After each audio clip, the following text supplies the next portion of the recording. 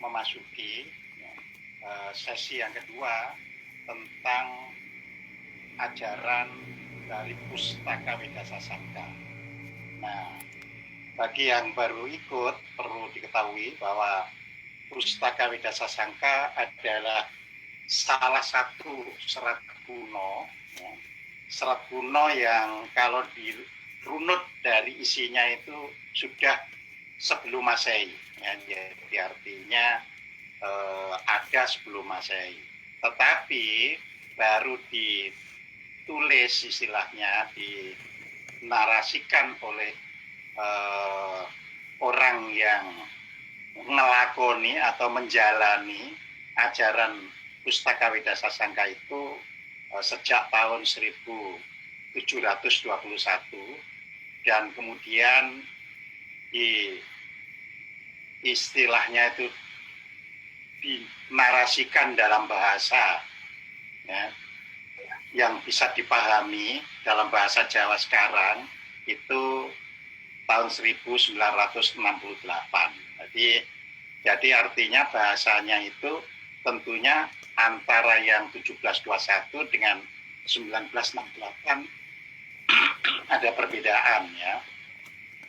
Nah, ini sesi kedua yaitu tentang perjalanan Jakalawung. Ya. Jakalawung ini sebenarnya simbolik, artinya bukan nama personal, ya, bukan nama yang sebenarnya, bukan true name. Jadi Jaka itu kan gambaran seorang lelaki, ya. Kalau di dalam bahasa Arab mungkin ini disebut rijal. Nah, lawung itu artinya orang yang berani, ya, mengembara untuk mencari jati dirinya. Nah, itu makanya disebut Jakalawung.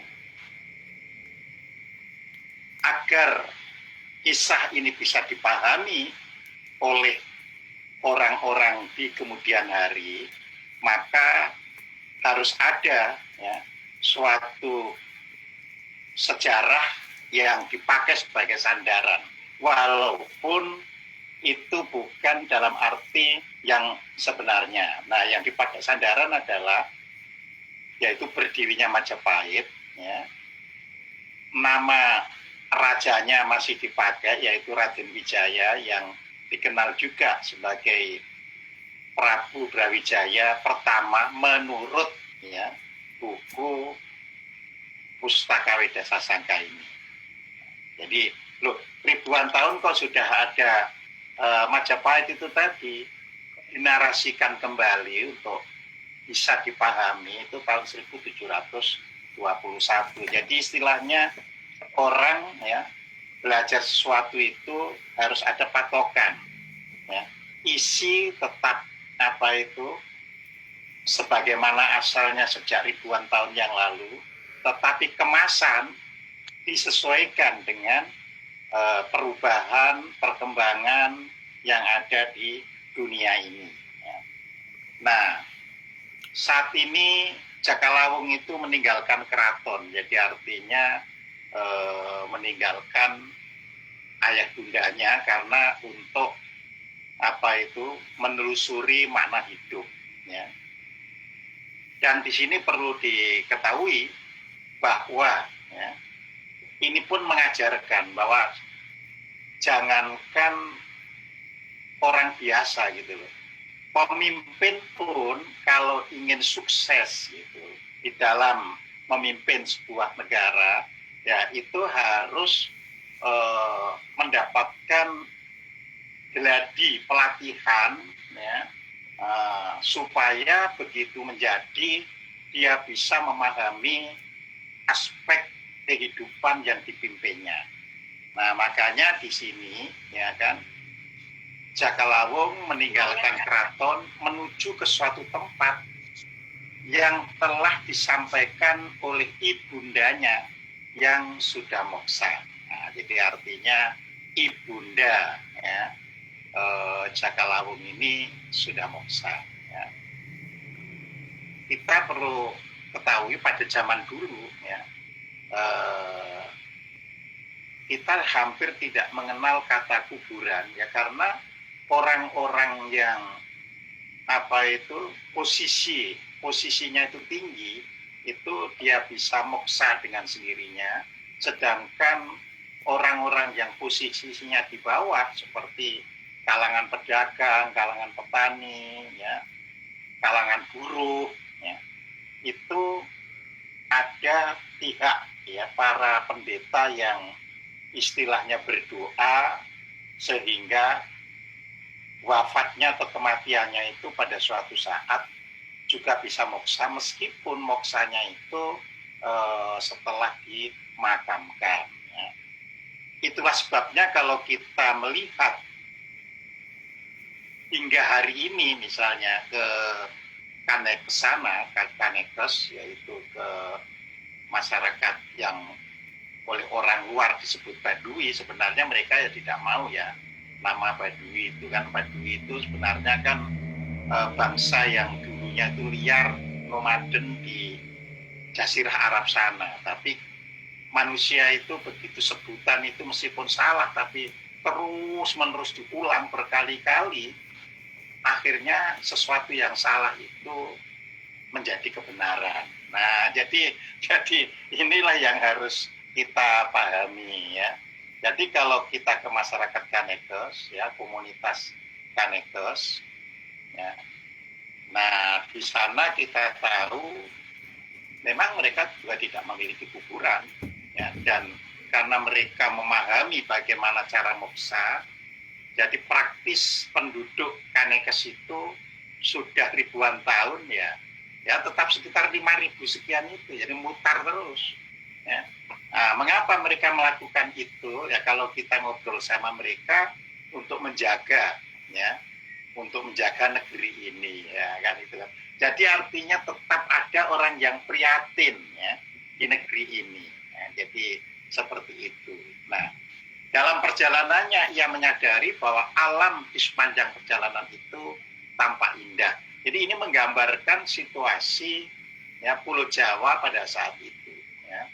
Sehingga digambarkan bahwa di kanan kiri jalan yaitu indah sekali, dan gambaran demikian itu bukan hanya di salah satu serat kuno, misalnya di Pustaka Weda Sasangka. Kalau kita misalnya membaca Sangyang Siksa Kandang Tarsian, membaca Suraka Dharma, keindahan negeri ini itu tetap diungkapkan dengan baik. Nah, ini yang harus dipahami dengan benar. Gitu. Jadi dari dulu, ya kan, dari dulu negeri ini adalah negeri yang penuh keindahan. Ya. Ini yang harus bukan sekedar dipertahankan, tapi harus dibuatnya dalam kondisi yang lebih baik, lebih cantik, lebih nyaman oleh generasi anak cucunya. Jadi ini harus kita pahami dengan baik, ya, bahwa negeri ini, ya, luar biasa, ya. Dulu ada bangsa Eropa, seorang perempuan yang menjadi mata-mata dan akhirnya kan dibunuh, ya kalau nggak salah, oleh Inggris. Dia menjuluki nama dirinya itu Matahari, ya kan. Di dalam buku, ya, kisahnya dia itu yang disebut Matahari itu, dia menyebutkan, padahal dia itu orang Belanda loh, ya.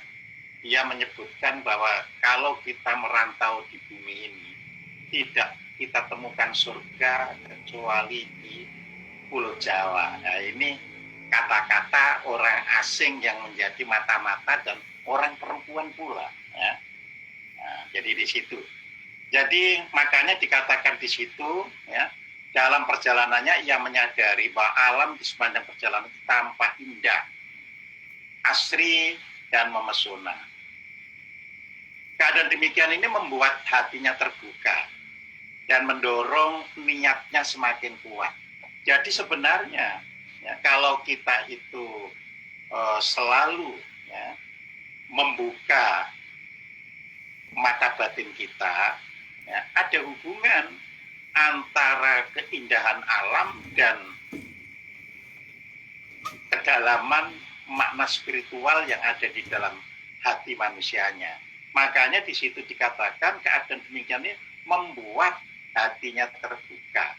Ya, Jadi kita juga bisa ngasumsikan bagaimana kalau orang di padang pasir, ya tentu karena alamnya itu gersang, tidak mudah hatinya itu terbuka. Makanya sampai diturunkan nabi-nabi di Timur Tengah itu berkelanjutan dan berseri-seri silahnya itu. Ya. Nah, sedangkan di sini sampai orang itu bertanya, apa ada nabi di sini, apa ada rasul di sini? Kalau dilihat dari realitas ya pasti ada, karena manusia itu selalu membutuhkan tuntunan. Tapi kalau dilihat dari sudut kata, ya mungkin tidak ketemu gitu. Contoh misalnya kalau kita runut ya, kata nabi dalam bahasa Jawa ya artinya usar atau udel ya, atau wudel ya, itu di dalam bahasa Jawa.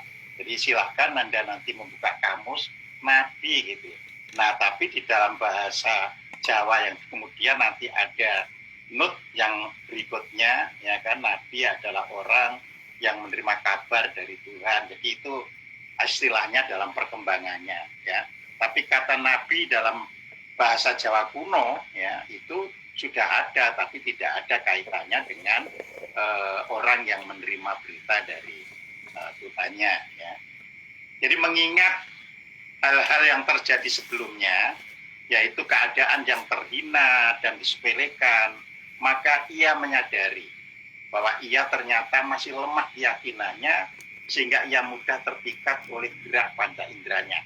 Jadi paragraf ini sebenarnya memberitahu kita, jadi orang itu akan disepelekan, ya, orang itu akan dihina. Apakah penghinaan atau penyepelean itu secara terbuka atau secara samar, ya, itu tidak menjadi masalah. Yang penting orang akan terhina atau disepelekan bila, ya, orang itu masih lemah keyakinannya. Nah, jadi di sini, nah, keyakinan di dalam bahasa Jawa itu sebenarnya berbeda maknanya dengan yang ada di Timur Tengah, ya. Jadi tidak sekedar faith, ya kan?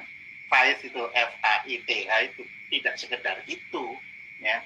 Keyakinan itu adalah karena orang sudah menyaksikan sesuatunya itu, menyaksikan sendiri, ya, dengan benar, lalu kesaksiannya itu dipegang teguh, ya, sehingga dia tidak bisa ditipu atau dibujuk atau sesatkan oleh orang lain, ya, karena dia sudah menyaksikan sendiri, dia sudah mengalami sendiri, ya.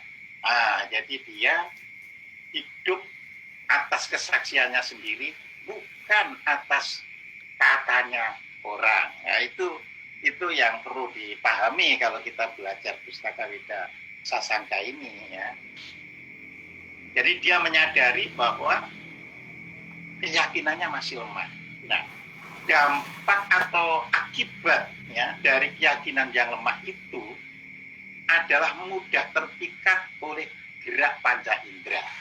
Jadi panca indera itu sebenarnya tidak secara literar 5 indera, ya. Jadi di dalam kaidah bahasa Jawa, ya, panca indera disebut panca itu kan karena orang secara lahiriah, ya, melihat inderanya manusia atau dirinya itu 5, yaitu mata, hidung, telinga, mulut, ya, dan kulit, ya, ya.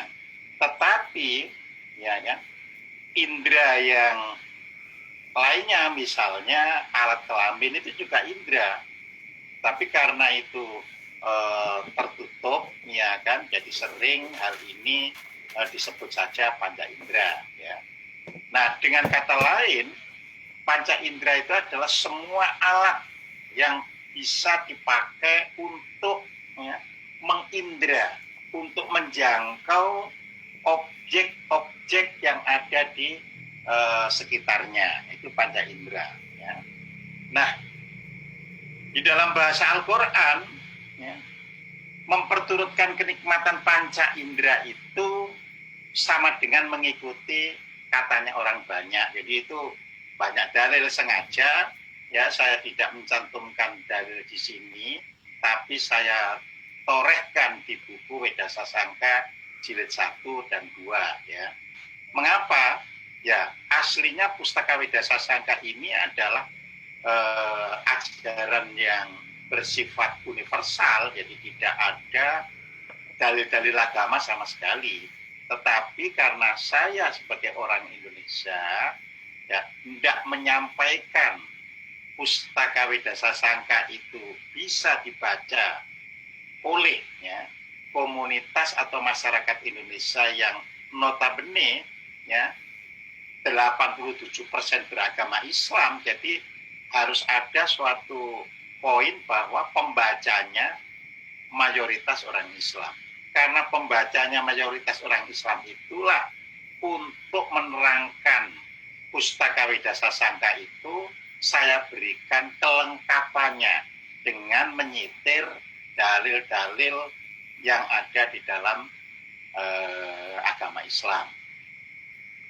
Tapi saya juga tidak menyitir dalil di luar agama saya karena saya bukan orang yang beragama lain. Jadi itu namanya kan banyak orang sekarang itu menceritakan Kristen padahal dia Islam, menceritakan Katolik padahal dia Islam. Nah, bisa miss persepsi, miss bagaimana memahami sesuatu agama. Tapi kalau saya karena orang Islam, ya saya punya hak dan saya punya kewajiban untuk bisa menjelaskan sesuai dengan agama yang saya peluk. Ya, makanya di sini saya katakan dalam bahasa Al-Quran, ya kan, memperturutkan kenikmatan panca indera itu sama dengan mengikuti katanya orang banyak. Nah, jadi itu.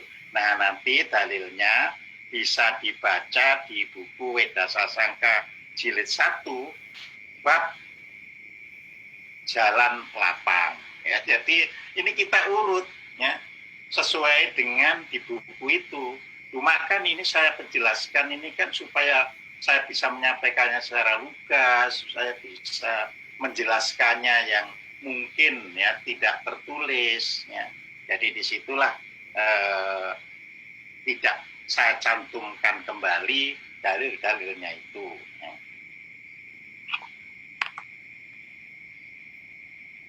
Nah, ini saya ambil satu saja, sebenarnya kan dalilnya banyak, tapi Arabnya sebenarnya di sini tidak saya kutip, ya, kecuali nanti mungkin di belakang karena itu perlu, ya. Jadi masih saya kutipkan. Ya. Dan jika kamu menuruti sebagian besar orang di muka bumi ini, nah ini kata Al-Quran, ya. Niscaya mereka akan menyesatkanmu dari jalan Allah. Allah di situ adalah, ya, dalam poinnya adalah kebenaran, ya. Nah, mereka tidak lain hanyalah mengikuti persangkaan belaka dan mereka tidak lain hanyalah orang-orang yang berdusta.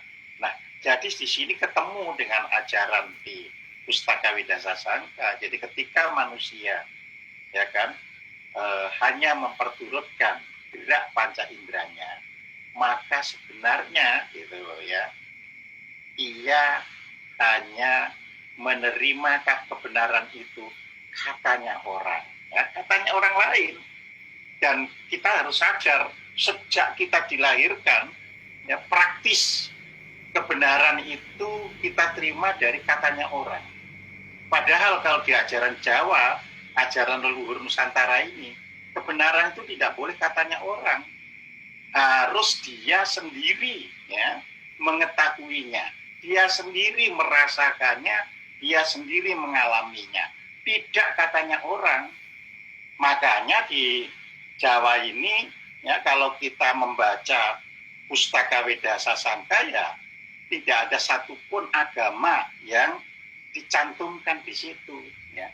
Karena Pustaka Weda Sasangka ini tidak menyampaikan supaya kita sebagai pribadi-pribadi itu bisa memahami kebenaran karena menyaksikan sendiri, bukan katanya orang, siapapun orangnya. Ya, nah itu, ya.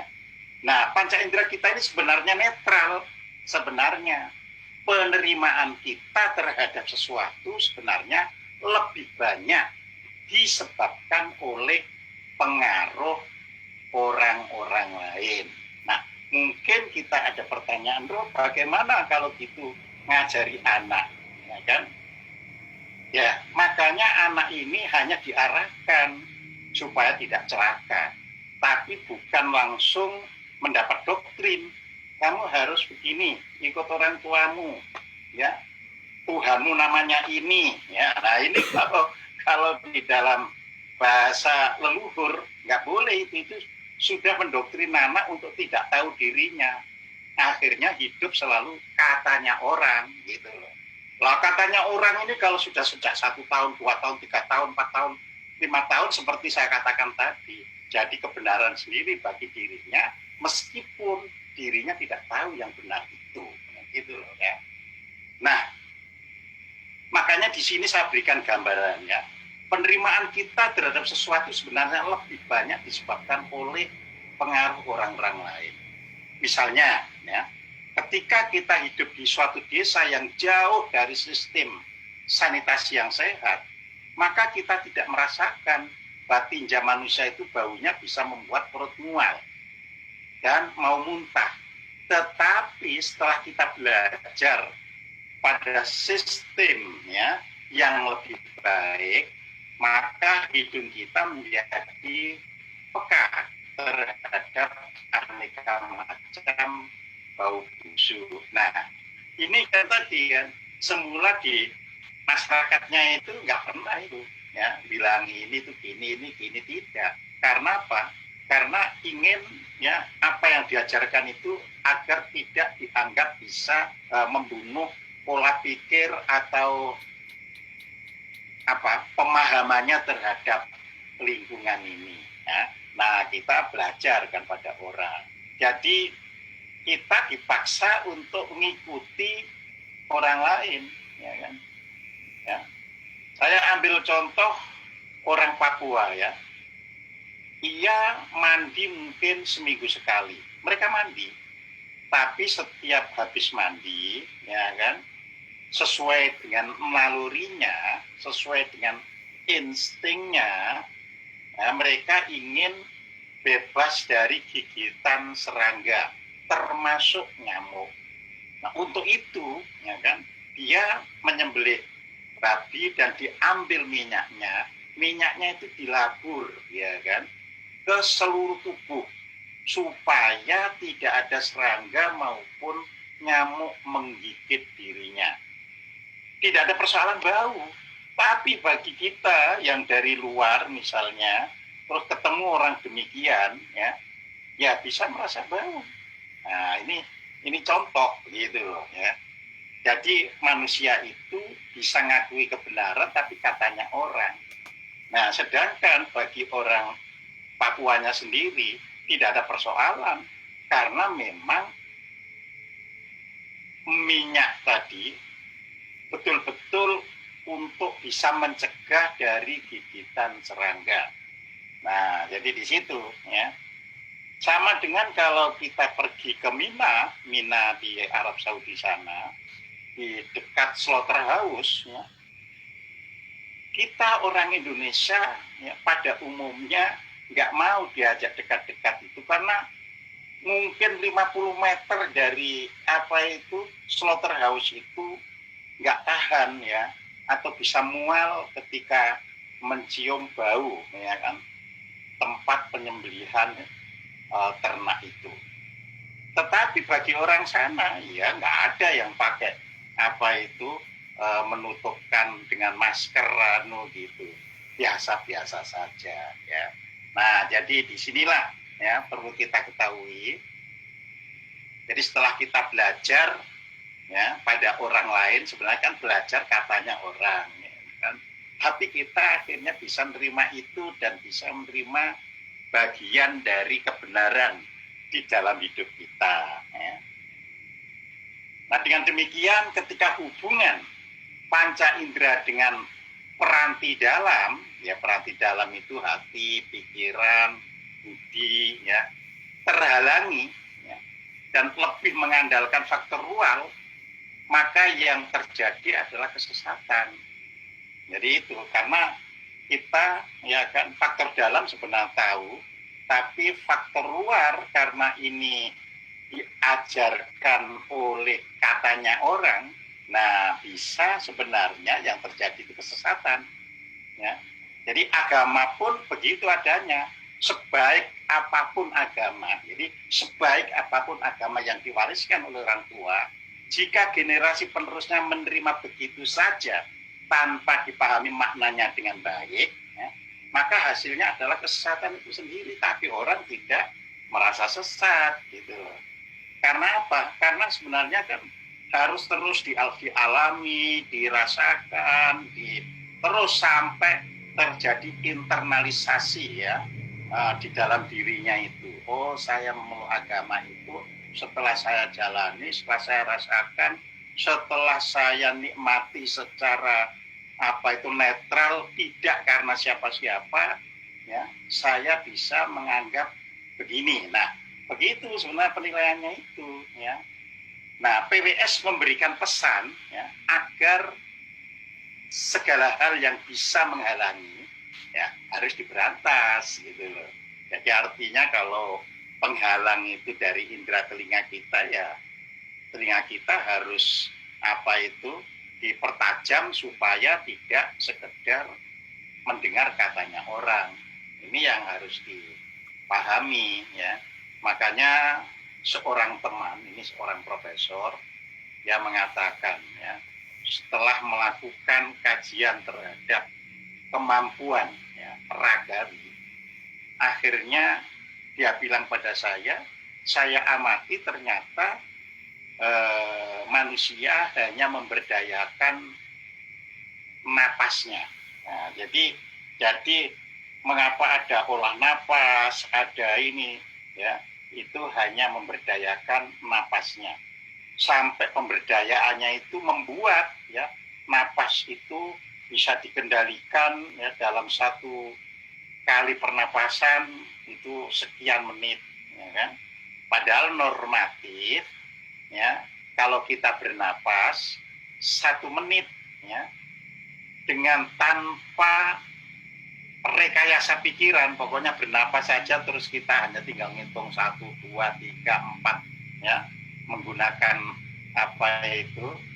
stopwatch ya kan, langsung begitu sudah 1 menit ya, stopwatchnya berhenti. Nah, itu ternyata diperoleh rata-rata, jadi ini kan hukum statistik, diperoleh rata-rata setiap menit orang itu bernapas 16-18 kali dalam kondisi normal. Artinya bukan karena berlari, bukan karena ketakutan, bukan karena bermeditasi, normal ya, jadi itu.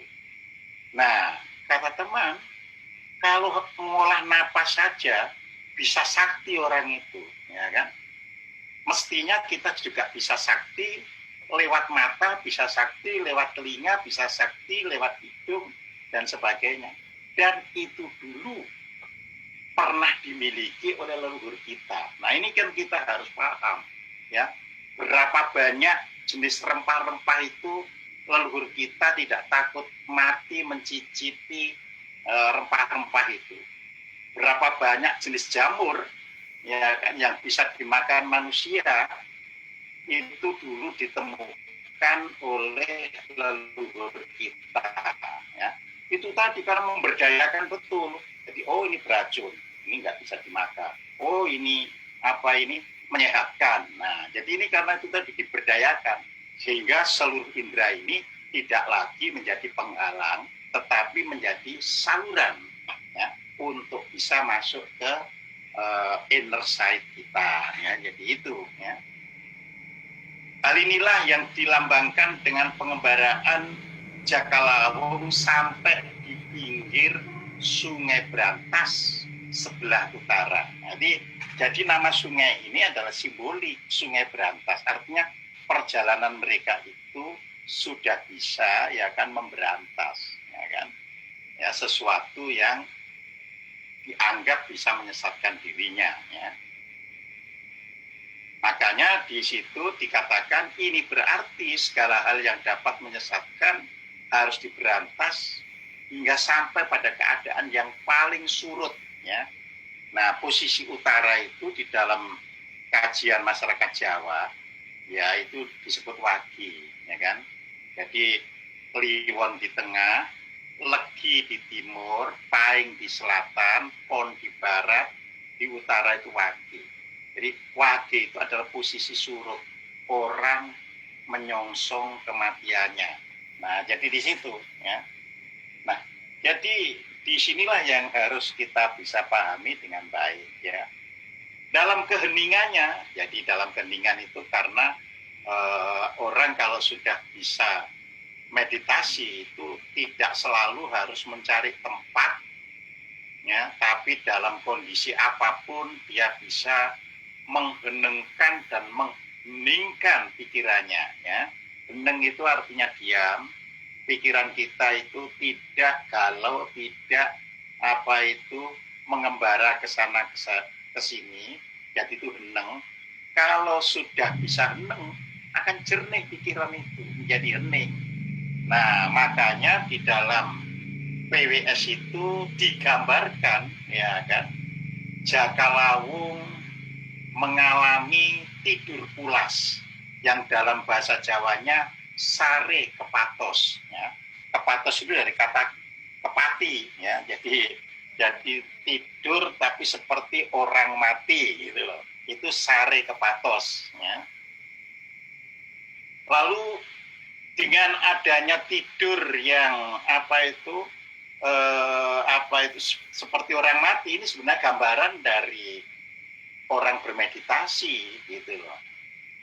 Akhirnya Jaka Lawung bisa masuk ke jagat supena, ya.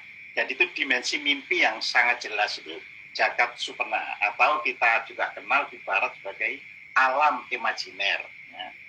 Jadi di situ, di dalam jagat supena itu Prabu Brawijaya, jadi berarti ayahnya, ya kan, mendatangi Jaka Lawung dan mengingatkan bahwa Jaka Lawung harus wasis, ya.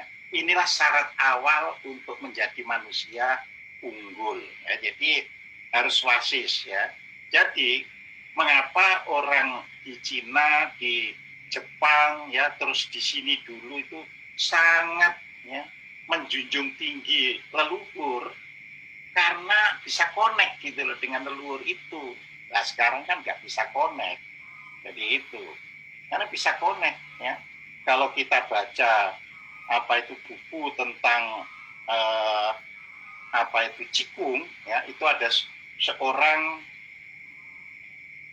guru Qigong, ya, yang kalau melatih dirinya Qigong itu supaya terasah dengan baik, maka dia pergi pagi-pagi ke tempat yang segar, yang sejuk, dan di sana dia bisa melihat, ya, kakeknya yang sudah meninggal itu menuntun dan mengajari dia bagaimana punya gerakan-gerakan silat yang baru. Nah, kalau Qigong itu orang Cina yang cerita, kalau ini tadi orang Jawa yang cerita, ketemu nggak ada, ternyata Cina, Jawa, ya, karena sistemnya itu sudah dikuasai, bisa ketemu, ya, jadi di situ. Nah, kalau kita sekarang karena tidak menguasai sistemnya, ya nggak bisa menemukan apa-apa gitu loh. Jadi ini yang harus dipahami, ya. Saya selalu memberikan gambaran real, ya kan. Ketika sistemnya telekomunikasi itu muncul, maka mula-mula disebut, ya, G1, ya. Jadi 1G, G itu artinya generation, ya, generasi. Kemudian lahir generasi 2. Nah, kita ini follower, ngikut aja. Oh, sekarang kita generasi 2, ya kan. Terus lahir, ya, 3G, ya, ngikut lagi. Terus lahir 4G, ngikut lagi. Tapi Cina, ya kan, tidak, ya, mengikut begitu. Wah, setelah ini harus sampai kemana? Nah, makanya sekarang ini, ya kan, Cina sudah sampai 6G, ya, bayangkan kan, ya, Walaupun mungkin yang akan diluncurkan adalah yang 5G, tetapi mereka sudah sampai di 6G ya. Nah, ini harus dipahami ya. Saya juga pernah membaca buku ya, tulisan seorang dokter maksudnya dokter secara biologi ya, secara dokter biologi. Jadi artinya itu ya dia ngobati kalau ada orang kena paru-parunya, kena ginjalnya, kena limpanya itu. Tetapi dia ketika melihat pasien itu masuk, tidak pakai lagi di diagnosis. Langsung, oh kamu sakit ini, langsung dibuatkan obatnya. Ini obatnya. Nah, jadi itu mengapa? Yaitu tadi karena indranya sudah tidak menjadi penghalang lagi. Jadi yang melihat itu ya inner sight-nya ya, jadi di situ ya. Jadi dari inner sight, dari tulisan SID menjadi inner sight, menjadi SIGHT ya kan gitu kan, pindah kan jadinya. Jadi bisa melihat ya yang orang lain, dokter lain perlu nempelkan alat apa itu yang dengan telinganya terus diketok-ketok kan dengan tangan, tapi dia tidak.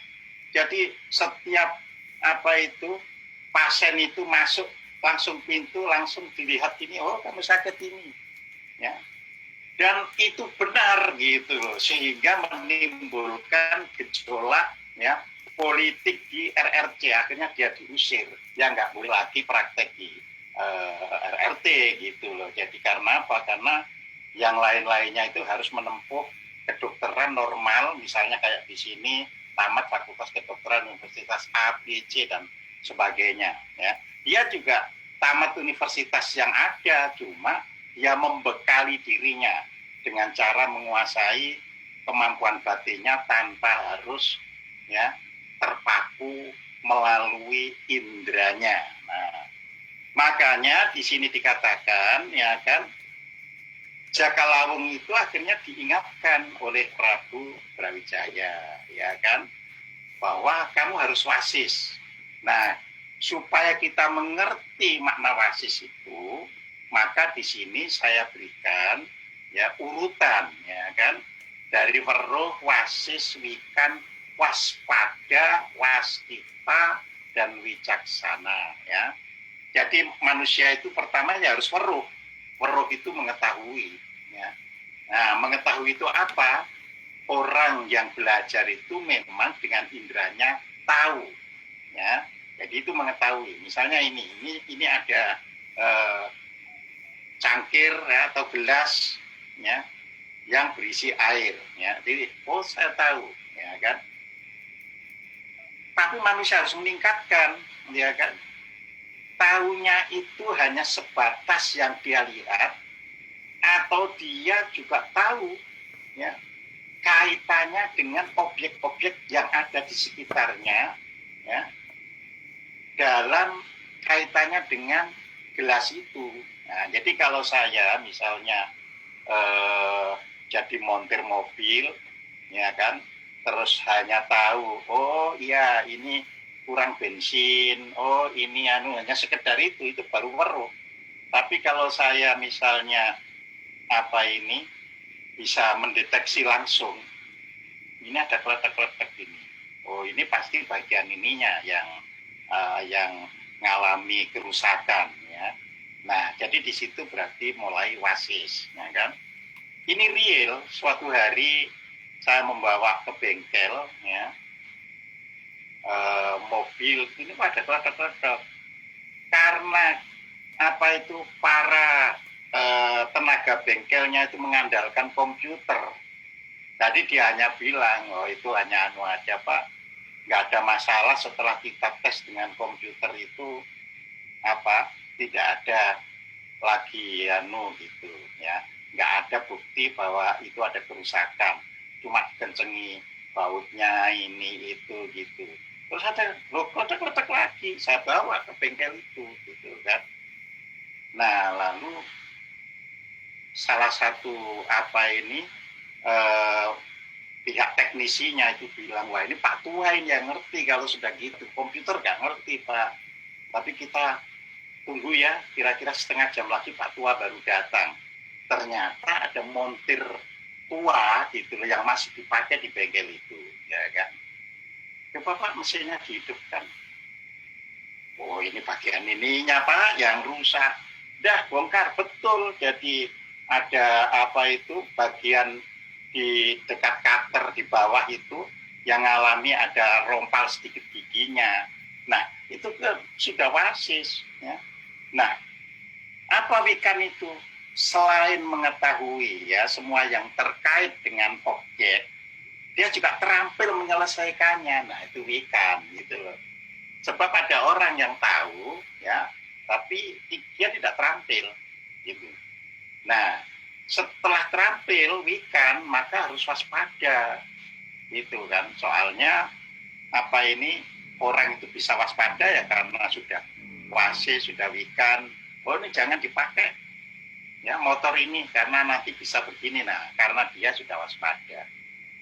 Nah, kalau orang sudah bisa waspada, tinggal meningkatkan lagi kualitas dirinya menjadi waskita.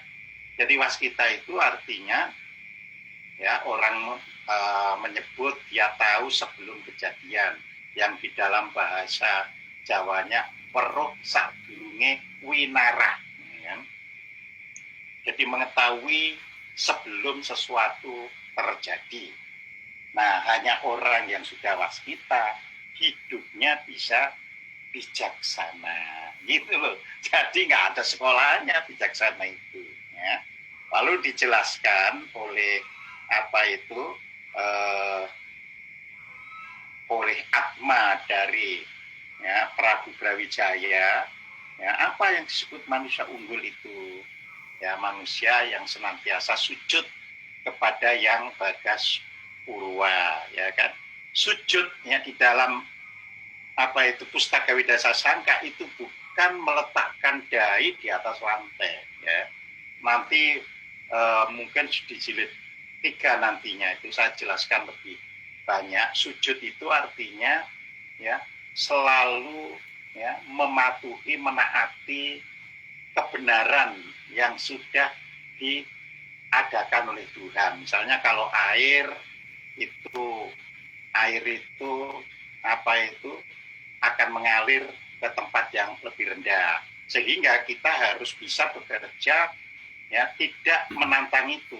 Kalau menantang itu harus butuh energi supaya jadi air mancur ya kan, supaya jadi air muncrat ya. Jadi itu yang namanya sujud kepada yang bagas purwa, artinya sujud kepada Tuhan yang Maha Esa. Jadi ajaran Jawa dulu sujud itu adalah laku konkret ya, bukan sekedar abstraksi. Ya sujud itu mungkin begini ya, nah, itu abstraksi, tapi laku konkret ya di dalam hidup ya. Api bisa membakar ya, maka harus berhati-hati ya cara menanganinya supaya tidak terjadi kebakaran seperti tadi malam ya kan. Jadi seperti itu ya. Nah, yang kedua tak boleh pilih kasih dalam hidup ini. Nah, jadi karena semua itu sudah dianugerahi oleh Tuhan sesuai dengan amaliyahnya, karmanya ya, maka orang terhadap orang lain itu tidak boleh pilih kasih ya. Jadi siapa yang memang kurang ya harus dibantu, siapa yang memang lemah ya harus dikuatkan, begitu. Yang ketiga harus bisa mengasihi semua orang yang berlaku benar. Nah ini kalau kita lihat dengan yang ada sekarang kita bingung gitu loh.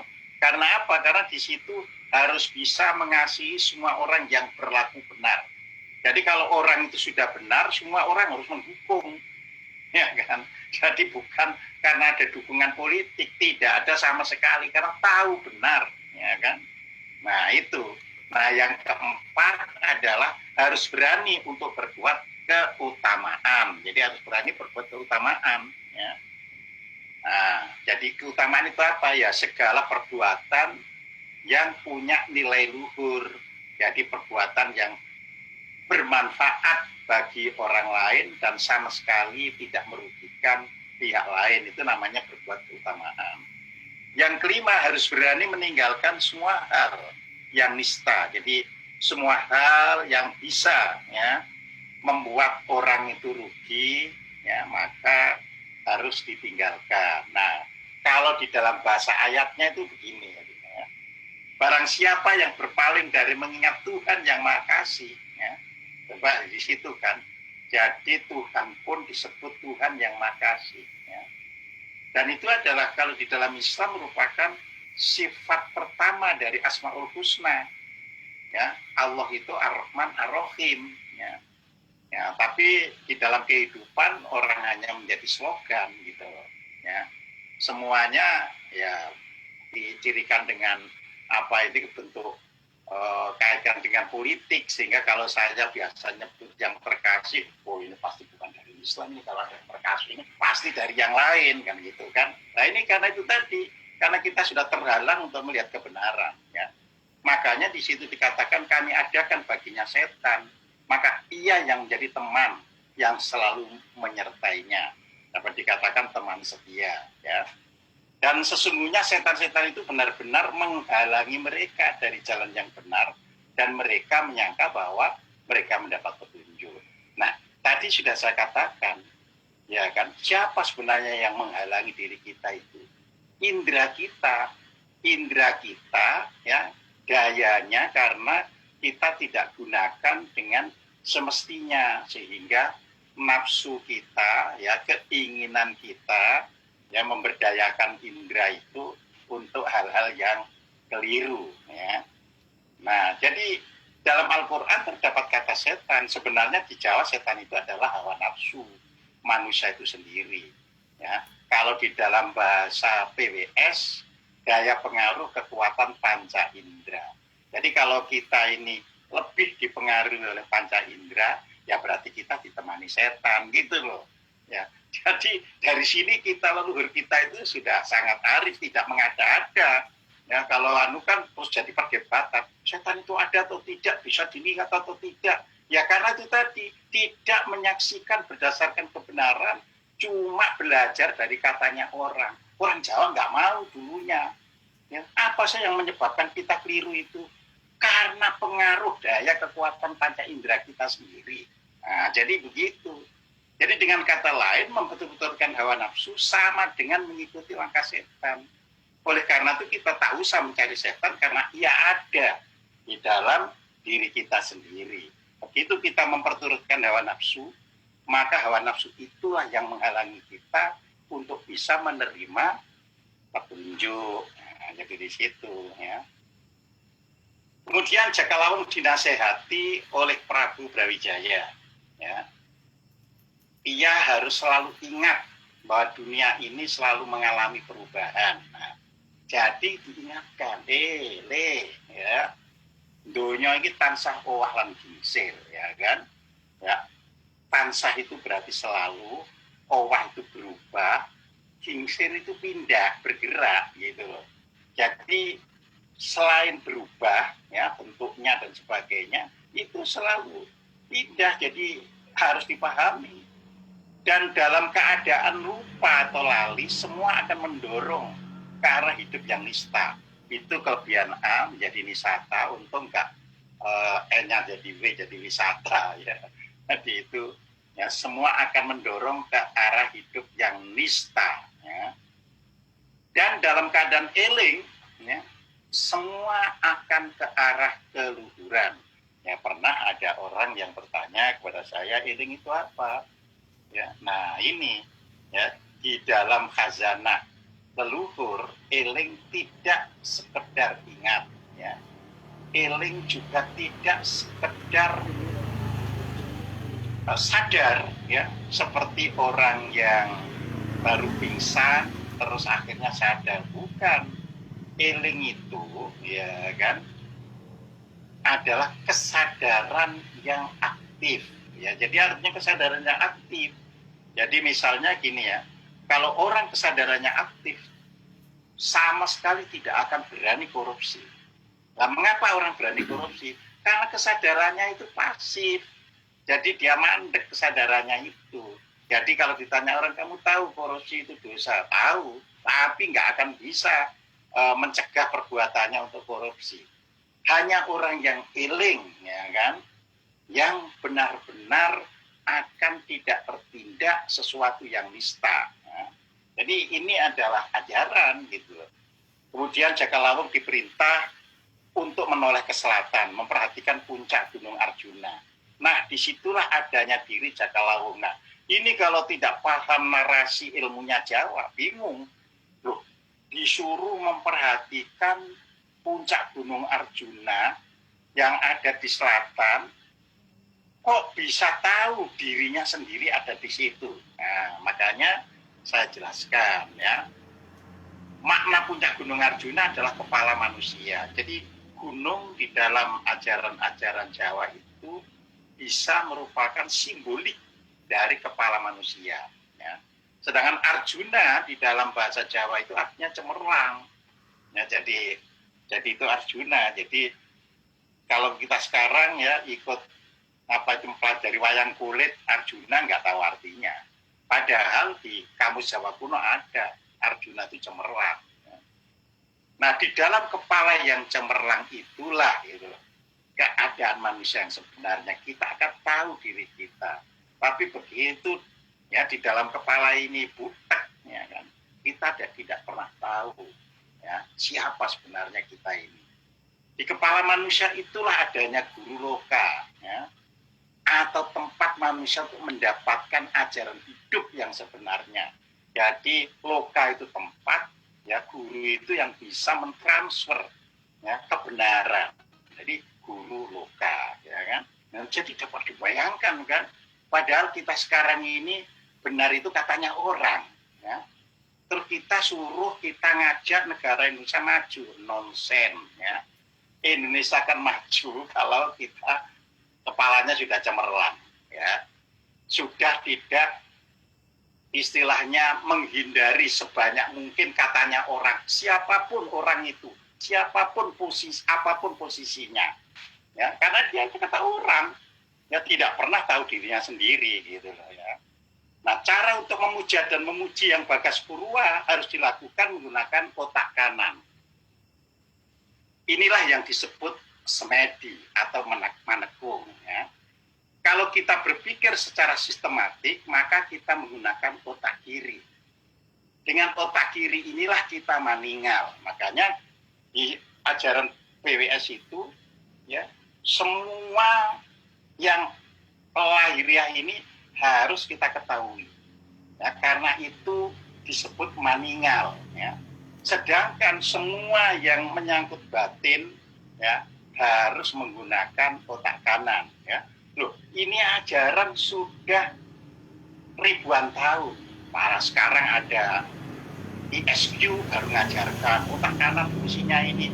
Lah karena kita nggak belajar sendiri ajaran kita, ya kembali lagi katanya orang ngekor terus di belakang pasti kalah. Ya. Setelah yang kiri dan yang kanan diseimbangkan, ya, maka kita berada pada fase maneges. Jadi maneges itu dari kata teges.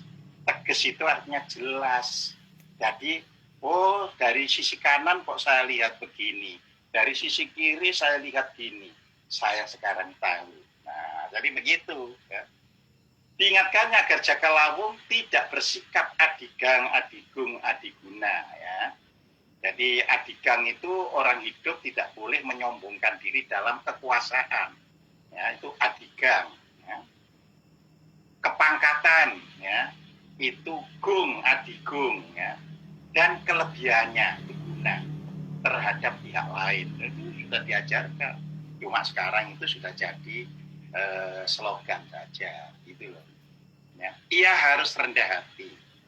Ketika sifat adi tadi, ya, menyebabkan seseorang, nah, jadi kalau orang itu sudah adigang, adigung, adiguna, ia akan meninggalkan laku utama, memperturutkan hawa nafsu, berbuat semaunya sendiri, mudah tertarik terhadap kenikmatan duniawi, enggan menolong, menjauhi sikap hidup untuk mengendalikan diri, dan meninggalkan nilai-nilai luhur atau keutamaan yang diajarkan oleh orang tua.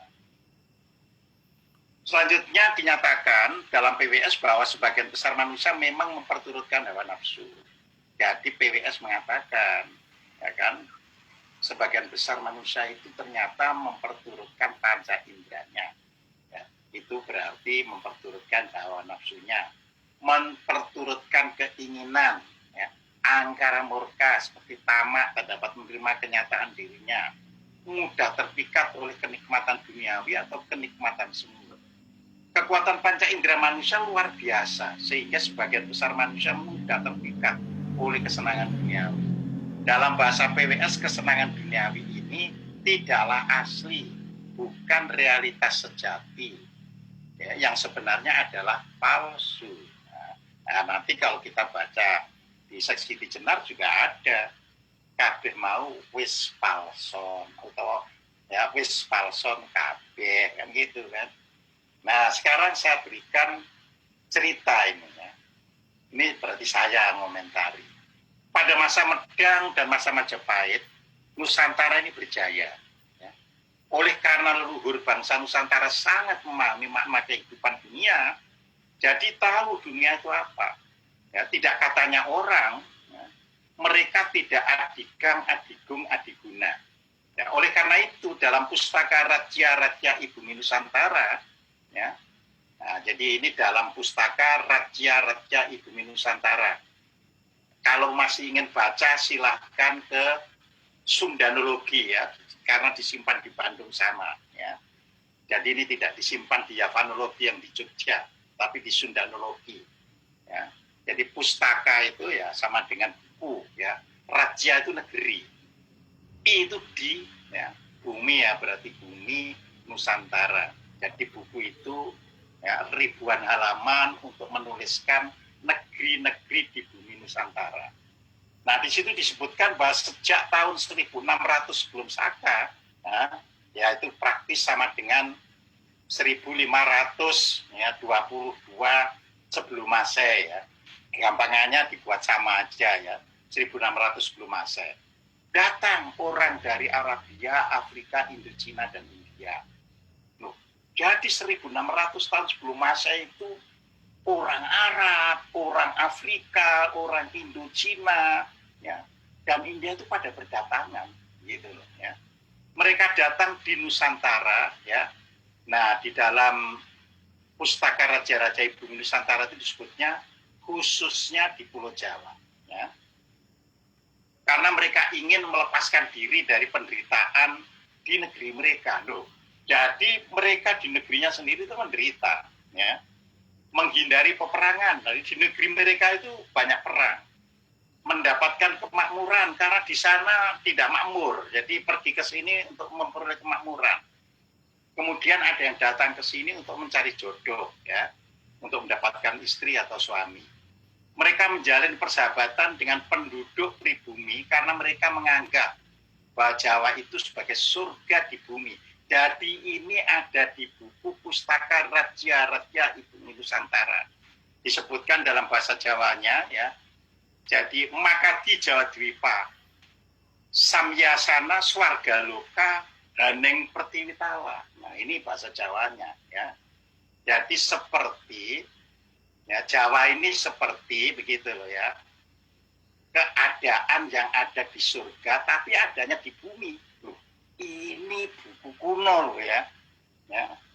Buku kuno bukan buku Jawa, ya. Ini disimpan di Sundanologi, tetapi menggunakan bahasa Jawa kuno. Makanya saya sering mengatakan Sunda kuno dan Jawa kuno itu, ya, dapat dikatakan mirip bahasanya. Setelah ada penjajahan, Sunda baru dan Jawa baru menjadi saling tidak mengerti. Ya, jadi itu diungkapkan dalam PWS. Tugas manusia yang hidup berjaya adalah memberikan pertolongan kepada sesama yang lemah. Jadi tujuan kita memiliki negara yang jaya itu ternyata untuk bisa menolong, ya, pihak yang lemah, ya. Jadi negara lain yang lemah kita tolong, ya. Dan tidak ada politisasi, ya. Ya, ini yang harus dipahami sikap luhur bangsa ini. Orang yang enggan memberikan pertolongan dinyatakan, ya, di dalam PWS itu dengan kalimat sute marang tetulung. Sute itu artinya enggan, marang itu terhadap tetulung itu adalah pertolongan. Jadi istilahnya itu enggan ya pada hal-hal yang bersifat menolong ya. Kemudian Jakalawung adalah seorang raja yang belum memiliki kewaspadaan. Nah, ini juga mengajarkan kepada kita bahwa untuk membangun ya negara yang maju itu, yang jadi pemimpinnya itu harus memiliki kewaspadaan. Ya, jadi bayangkan kan, kapan kita baru bisa ya. Mudah-mudahan saja nanti setelah banyak belajar dari PWS ini terus bangun kesadarannya ya. Oleh karena itu ia tak sepi dari godaan. Jadi kalau belum memiliki kewaspadaan ya banyak godaan. Nah kalau sudah waspada ya tidak ada godaan. Ya, karena apa? Setelah waspada naik ke waskita dan akhirnya bisa bijaksana. Ya. Keadaan inilah yang mendorong Prabu ya, Brawijaya yang jiwanya sudah berada di alam Hastawarana. Ya, jadi 8 tirai mendatangi Jakalawung. Jadi hasta itu bisa berarti tangan kalau bahasa Jawa. Bisa juga berarti 8. Nah, alam yang luas. Jadi digambarkan bahwa Hastawarana itu suatu alam yang luas tanpa ada halangan sedikit pun. Ya. Nah, jadi itu namanya Hastawarana. Inilah alam kesadaran yang terbebas dari astandria. Itu ya, jadi terbebas dari astandria. Nah, mohon di-mute dulu yang sana ya. Panca indera dan tri indera. Tri indera itu adalah ya pikiran, angan-angan dan khayalan atau imajinasi ya. Di dalam psikologi esoteris ya, psikologi yang berkaitan dengan metafisik ya, alam Hastawarana ini dapat disamakan dengan spiritual real, yaitu dimensi kelima dari 7 dimensi di alam semesta. Ya. Pada dimensi ini semua hal yang terkait dengan kemelekatan dunia dilepaskan. Yang tidak dilepaskan adalah memori tentang pengetahuan. Ya. Ini untuk kelahiran kembali. Nah, perlu saya sampaikan, ya mungkin belum tertulis di buku itu, dimensi ke-1 adalah dimensi fisik, dimensi kedua adalah eterik, dimensi ketiga itu astral, dimensi keempat itu mental, nah dimensi kelima itu spiritual. Sedangkan yang keenam adalah dimensi kosmik, jadi cosmic dimension atau cosmic real. Dan yang ketujuh, tadi kan ada 7, adalah nirwanik, ya, nirvanik real. Nah, dengan chip memori itu, seseorang yang ahli fisika ketika dilahirkan kembali dengan kepandaian fisika. Jadi, itu makanya orang yang tidak paham kembali, ada orang pinter. Dari mana? Lah, kalau hidup itu tidak ada kelahiran kembali, ya dia blank. Dia tidak memiliki bekal-bekal fisika. Ya. Nah, dengan badan jasmani yang baru, ia memang masih perlu belajar fisika. Tetapi itu semacam adaptasi. Ya. Selanjutnya ia akan melaju dengan sendirinya dan ia semakin tak terkejar oleh mereka yang memorinya jauh di bawahnya. Jadi kalau Bill Gates itu sudah ahli ya, komputer itu, ahli software itu, ya dulunya dia sudah sampai titik tertentu gitu. Makanya saya selalu bilang kalau hidup itu selalu baru, blank, ya dunia tidak pernah ada kemajuan karena tidak ada memori yang membuat bisa mengerti sesuatu yang akan. Ya, itu real, gitu loh. Jadi kalau misalnya enggak ya hidup ini kita ini baru sekali ini, ya udah berarti kosong, nggak ada memori, nggak nyantol di otak kita, gitu. Ya. Nah berdasarkan kemampuan yang dimilikannya itu. Ya, Prabu Brawijaya yang sudah di alam Hastawarana menyadari kelemahan putranya. Ya, oleh karena itu ia segera mendatangi Jakalawung di Jagat Supena. Gitu. Jadi hubungan leluhur dengan yang masih hidup itu terus connect gitu. Ya. Nah jika ia lengah maka musuh bebuyutannya akan terus menggoda, menghalangi. Ini mengajarkan kepada kita karena kita ini lahir kembali. Ya. Musuh bebuyutan kita dulu itu ya akan lahir kembali, cuma dengan orang lain, dengan itu begitu ya. Nah, agar tidak tergoda oleh musuh-musuh kita, ya, pada pas lahir kita maka kita harus menjalankan pancawida, ya, yaitu prayoga layak ya dalam segala hal seperti bicara, berkarya, bertutur kata, bertindak layak dalam pergaulan, ya, bertindak layak terhadap orang lain dan dirinya sendiri, serta layak dalam pemikiran. Ya. Kemudian 2 pranata, mematuhi peraturan dalam segala situasi dan kondisi, seperti dalam berumah tangga, bertetangga, berteman, bermasyarakat, dan berguru. Prasaja, ya bersahaja atau wajar dalam semua perilaku, seperti berpakaian, bertutur kata, ya semua itu dilakukan dengan benar tanpa dibuat-buat. Jadi prasaja itu bukan sederhana, ya seperti yang kita pahami, ya. Tapi ia melakukan itu tidak dibuat-buat. Ya. Itu namanya prasaja. Ya. Prasetya, ya, berteguh janji, setia dalam segala yang benar, seperti menegakkan ketentraman, setia terhadap negara, bangsa, dan rakyat. Ya. Nah, coba kalau kita lihat prasetya ini, berteguh janji. Saya ingin tahu sekarang siapa ya orang yang pegang ya menjadi apa kekuasaan atau power terus berteguh janji, ya kan? Nah kalau tidak bisa berteguh janji, jangan harap negara bisa maju, gitu ya. Juga kesetiaan terhadap nilai-nilai luhur yang diwariskan. Ya. Jadi sebenarnya ajaran PWS ini menyampaikan kepada kita, jangan gampang janji, tapi nggak ada buktinya, ya kan? Dan nanti tidak akan bisa membawa negara itu maju. Ya. Makanya ada prasetya, sampai-sampai dulu Pak Harto itu ada ya istilahnya Eka Prasetya Pancasila itu ya. Kemudian prayitna itu awas, waspada dan berhati-hati dalam segala tingkah laku. Yang artinya semua tindakan harus dipikirkan terlebih dahulu, bukan serba tergesa agar tidak keliru atau salah langkah. Ya. Nah, baru ya mantep dalam upayanya untuk mesubrata atau bersemadi, ya, jadi itu. Nah, ia hanya bersujud tunduk kepada Yang Bagas Purwa. Ia menjalankan petuah ibu dan ayahandanya dalam mewujudkan keluhuran hidup. Semua sifat loba dan serakah dalam dirinya sirna, sehingga auranya tampak terang. Jadi kalau orang ya sudah tidak ada sifat serakahnya, ya, maka auranya tampak terang, percaya. Jiwanya menjadi bersih dari segala kemelekatan duniawi. Hal semacam inilah yang dituangkan dalam Al-Quran sebagai tiada Tuhan kecuali Tuhan semesta alam. Ya. Jadi artinya bertauhid atau bertuhan yang Maha Esa itu bukan sekadar pengakuan gitu loh, tetapi betul-betul jiwanya itu bersih dari segala ketamaan, kelupaan, kebencian, ya, kejendaman dan sebagainya.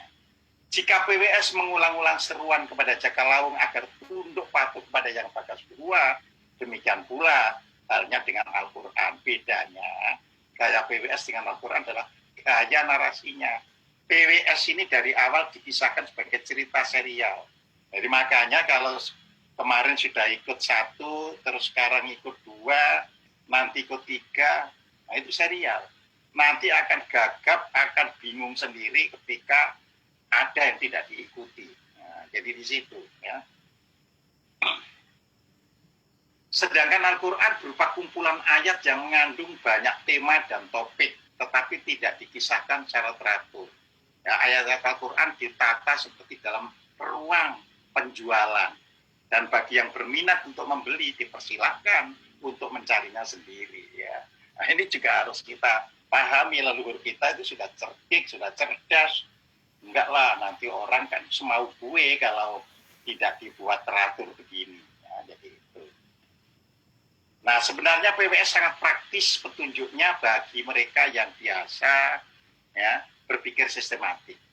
Dalam PWS sendiri dikatakan bahwa untuk bisa memahami semua kejadian, ya, di alam tergelar ini harus berpegangan pada Pancaweda. Jadi Pancaweda tadi jangan dilupakan ya. Prayoga, ya, Pranata, Prasaja, Prasetya, dan Prayitna itu jangan dilupakan. Kalau kita tidak lupakan tinggal saya ini sudah betul-betul prayoga belum, saya ini sudah betul-betul Pranata belum, saya ini sudah Prasaja belum, dan sebagainya. Ya. Kesulitan memahami kandungan PWS itu disebabkan tuturan dalam bentuk simbol. Makanya kalau Anda membaca buku aslinya Pustaka Widasa Sangka, dijamin tidak ngerti belas. Sudah tidak ngerti ditambahi belas. Ya kan? Jadi itu. Ya. Sehingga yang tidak menguasai perbendaharaan sastranya tidak akan mengerti. Ya. Makanya dibutuhkan orang yang menarasikan. Tadi yang menarasikan pertama adalah 1721, yaitu Gusti Bendoro Raden Ajeng, ya, Denok Suryaningsih. Ya. Kemudian tahun 1968 yang menarasikan adalah Sesanggawirya. Nah, kemudian tahun 2000 sekian saat ini yang menarasikan adalah saya, gitu loh ya. Jadi PWS tidak akan menjadi sastra cetho, ya, sastra yang jelas, ya, kalau tidak dinarasikan kembali sesuai dengan perubahan zamannya. Jadi bagi yang tidak mendalami simbol-simbol pada masyarakat Jawa ya tidak jelas. Ya.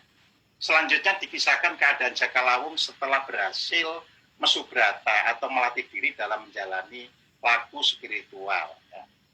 Nah, tadi sudah saya sampaikan Jakalawung itu sebenarnya simbol bagi orang muda yang sedang mengembara, ya, mencari kebenaran hidup jati dirinya itu.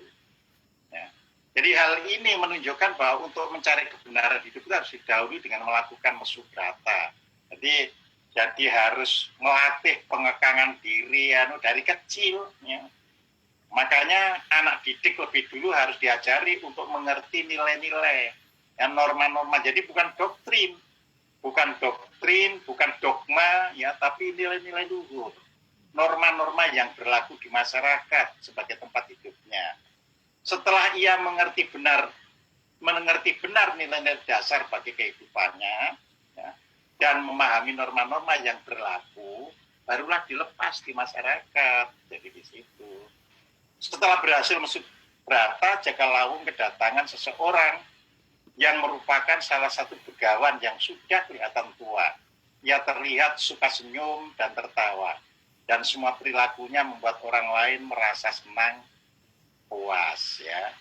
Begawan ini berkata kepada Jakalawung agar Jakalawung benar-benar memperhatikan siapa sebenarnya dirinya itu. Ia menjelaskan bahwa dirinya adalah kakek Jakalawung sendiri. Ia menebak bahwa Jakalawung telah lupa terhadap dirinya. Ya. Kemudian kakek tua tersebut menjelaskan bahwa dirinya adalah Yang Bagas Purwa, artinya manifestasi dari Tuhan Yang Maha Esa, yang sebenarnya ada di rahim ibunda saat manusia sebagai janin. Ketika seseorang di dalam rahim, Yang Bagas Purwa menyertainya dengan nama Begawan Manik Sidi. Jadi mengapa rahim ini kok tumbuh terus, ya kan? Nah, ini beberapa waktu yang lalu ada kalangan kedokteran dan kebidanan yang mengundang saya untuk menjelaskan ini, untuk bisa menyiapkan kehamilan, kelahiran bagi generasi masa depan. Ya. Jadi ada caranya kan gitu kan. Itulah sebabnya bayi di dalam rahim itu disebut wikan, mengetahui, waskita dan wicaksana. Ya. Jadi jangan heran kalau kita belajar psikologi kenapa bayi itu tersenyum, kenapa bayi itu ada yang nangis, ketakutan melihat orang, karena dia tahu, oh ini kan orang yang musuhi saya dulu ini loh, aku kok liwat ini. Nah, jadi dia menangis. Terus dia senyum, oh ini iya saya dulu pernah ketemu orang ini di masa lalu, dia baik, dia tersenyum. Nah, itu yang disebut wikan waskita dan wicaksana itu. Ya. Kemudian sang kakek itu berkata, engkau sudah bisa mengerti tentang semua keadaan yang akan kau jalani di masa depanmu. Dan engkau juga sudah mengerti semua asal mulamu. Tetapi ketika engkau dilahirkan ya, oleh ibumu, lalu berubah perilakumu karena engkau keluar melalui salah satu jalan yang memalukan bila dilihat, yaitu jalan yang dinamakan Sara'ina, jalan derita yang statusnya dipandang rendah, ya kan?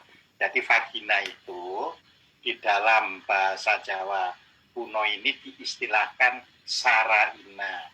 Jadi orang, ya kan, kepengen menikmati itu, tetapi juga dipandang rendah. Coba kalau ada apa itu umpatan, ya kan, kayak orang Barat itu yang FY itu, ya kan bayangkan kan itu FY itu, ya kan. Nah itu kan pertanda bahwa ia sebenarnya merupakan kemuliaan tapi dipandang rendah oleh orang. Nah ketika kita sebagai bayi ya lewat vagina lahirnya kita bisa lupa. Nah ini menyiratkan bahwa PWS itu kelak gitu loh ya. Jangan lagi kalian punya generasi yang dilahirkan lewat vagina gitu loh. Kan ilmu yang luar biasa. Orang Barat sekarang mulai dengan film-filmnya kan, ya, dengan film-filmnya mengeluarkan bayi dengan kekuatan apa itu ada listriknya, ada ini terus berujul lewat apa itu ada di depannya. Jadi bukan sesar gitu loh. Nah kita sudah ada loh sampai seperti itu. Jadi Jaka Lawung diingatkan agar selalu sadar terhadap asal-usulnya. Ya diingatkan agar selalu sadar terhadap sangkan paraning dumadi. Tadi sangkan paraning dumadi. Sangkan itu asal, paran itu tujuan, dumadi itu makhluk. Ya. Nah itu harus terus-menerus dipahami. Yang sebenarnya, ya kan, dengan memahami itu kita tidak mudah terkena bencana. Jadi menurut apa ini PWS ketika orang betul-betul ya bisa melihat, bisa menyaksikan, bisa tahu sangkan paraning dumadi, ia tidak mudah terkena bencana. Ya. Oh aku dulu dilahirkan dan bukan untuk ini, tapi ada misi tertentu. Saya lahir itu membawa misi, ya. Dan Tuhan itu Maha Rahman dan Maha Rahim. Ya, pasti saya dilahirkan kalau saya itu benar, ya kan, saya itu selalu sadar, ya akan ketemu jalannya, gitu loh ya. Nah, PWS memberitahukan bahwa pengetahuan yang jelas itu terlupakan karena manusia memilih lahir lewat sara'ina, itu tadi lewat vagina. Hal secara implisit memberitahukan kepada kita bahwa jika kita hidup di bumi ini tidak melalui jalan sara'ina, maka manusia akan bisa mengingat semua yang sudah diketahuinya sebelum ia menghadirkan diri di bumi. Ya. Jadi kalau manusia berperilaku durhaka, maka sebenarnya ia akan menerima bala bencana yang datang dari dirinya sendiri. Nah ini mohon maaf saya sampaikan karena saya paham orang-orang yang menekuni kebatinan itu nggak berani ya melakukan sesuatu yang apa ini dianggap nista ya. Dia selalu on the right track terus ya kan. Ya, orang ini bahkan pernah diangkat menjadi komisaris utama ya suatu BUMN, digaji rendah pun dia tidak ngeluh ya, karena dia menganggap oh itu amanat dirinya ya kan. Nah, jadi itu adalah karena dia sudah tahu wah ini kan semua ini sudah saya bisa baca diri saya, ya sudah ini dijalani sebagai proses kehidupan yang harus dilalui. Jadi kalau manusia berperilaku durhaka, maka sebenarnya ia menerima bala bencana yang datang dari dirinya sendiri. Nah nanti di Al-Quran pada surat 41 ya ayat 31-32 juga menerangkan demikian. Tiada bencana itu menimpa di bumi ini ataupun pada diri kamu, ya melainkan semua itu oleh perbuatanmu sendiri. Nah, jadi itu ya. Jadi dalam bahasa PWS dikatakan bahwa petaka itu datang dari kakeknya sendiri. Nah yang disebut kakeknya sendiri itu adalah diri manusia itu sendiri. Nah kehadiran yang Bagas Purwa yang menjelma sebagai seorang begawan tua yang menemui Jaka Lawung sebenarnya dapat digambarkan Nah, jadi cuma digambarkan sebagai pertemuan Nabi Musa dengan seorang hamba yang dilukiskan dalam surat Al-Kahfi. Jadi siapa yang ingin tahu silahkan ya membuka surat 18 di Al-Quran mulai ayat 60. Nah, di situ ada kisah Nabi Musa bertemu dengan orang yang waskita lah kalau dalam bahasa PWS itu. Ya. Kata orang itu, kamu nggak bisa ikut dengan saya.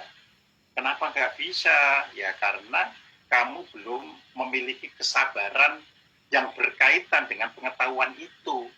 Ya. Nah, jadi kamu nggak akan sanggup kalau ikut pada saya. Gitu kan.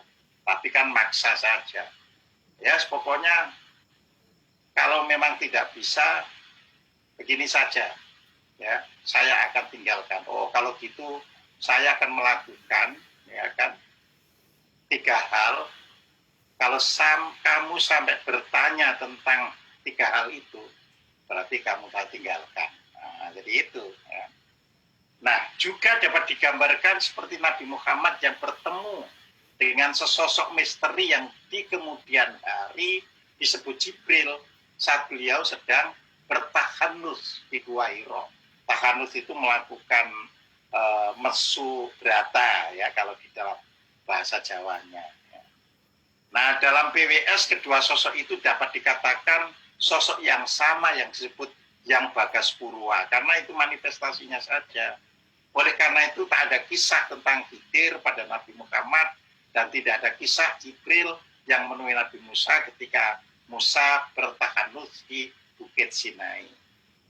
Dan bagi Nabi Isa malah dia tidak bertemu siapa-siapa dan dia sendiri manifestasi kehadirannya. Jadi kalau kita belajar PWS itu malah lebih ngerti tentang oh iya orang ini kalau dalam PWS itu yang ini, orang ini kalau dalam PWS itu yang ini. Ya, enak gitu ya. Nah selanjutnya diungkapkan dalam PWS bahwa yang Bagas Purwa menasihati Jakalawung. Dalam nasihatnya itu Jakalawung diberitahu bahwa yang Bagas Purwa itu sejatinya adalah hakikat Jakalawung itu sendiri. Yaitu ketika diri Jakalawung masih berada di alam kesucian. Yang dalam bahasa Jawa kuno juga disebut alam purwaka. Alam permulaan saat terbentuknya jiwa manusia. Nah, hal ini berarti bahwa yang Bagas Purwa ada di dalam diri manusia. Dia yang memberkati, dia yang menghidupi, dia yang melanggengkan diri manusia. Dia yang tersembunyi di dalam diri manusia. Dan dia pula yang membuat manusia mempunyai kekuatan untuk mempertahankan kelangsungan hidupnya. Ya. Makanya ya, khalifah itu dibuat kalau di dalam bahasa Bible disebut aku akan buat manusia sesuai dengan citra kita. Citra ya kan atau gambar kita ya itu di dalam hadis ya. Jadi PWS sudah memberitahu ya. Nah, jadi manusia harus senantiasa menyadari kehadiran yang Bagas Purwa yang ada di dalam dirinya. Oleh karena yang bekerja adalah yang Bagas Purwa, maka manusia harus selalu mengingatnya ya. Nah, jika manusia lupa terhadap yang Bagas Purwa, maka sebenarnya ia lupa terhadap dirinya sendiri. Atau pada saat seseorang lupa pada dirinya, ia lupa pada yang Bagas Purwa gitu loh. Jadi kalau saya lupa Tuhan, sebenarnya saya lupa pada diri saya. Kalau saya lupa pada diri saya, sebenarnya saya lupa kepada Tuhan saya gitu. Ya. Nah, jika manusia lupa, ya maka HBP tidak dapat beraksi. Jadi yang Bagas Purwa tidak dapat beraksi atau bekerja karena tertutup oleh pekerti badan